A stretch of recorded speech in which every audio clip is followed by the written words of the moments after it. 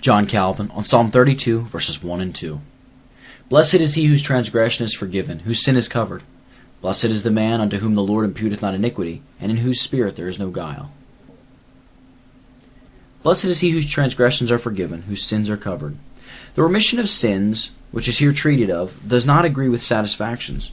God, in lifting off or taking away sins, and likewise in covering and not imputing them, freely pardons them.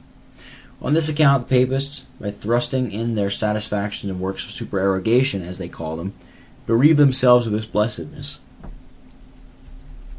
Besides, David applies these words to complete forgiveness. The distinction, therefore, which the papists here make between the remission of the punishment and of the fault, by which they make only half a pardon, is not at all to the purpose. Now, it is necessary, to consider to whom this happiness belongs, which may be easily gathered from the circumstances of the time.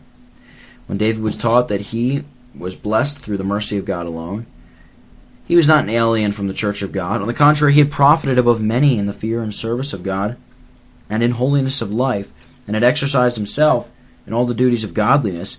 And even after making these advances in religion, God so exercised him that he placed the Alpha and Omega of his salvation in his gratuitous reconciliation to God. Now it is without reason that Zacharias in his song represents, quote, the kingdom of salvation, unquote, as consisting in knowing, quote, the remission of sins, unquote, Luke 1, verse 77. The more eminently that anyone excels in holiness, the further he feels himself from perfect righteousness, the more clearly he perceives that he can trust in nothing but the mercy of God alone. Hence it appears that those are grossly mistaken who conceive that the pardon of sin is necessary only to the beginning of righteousness.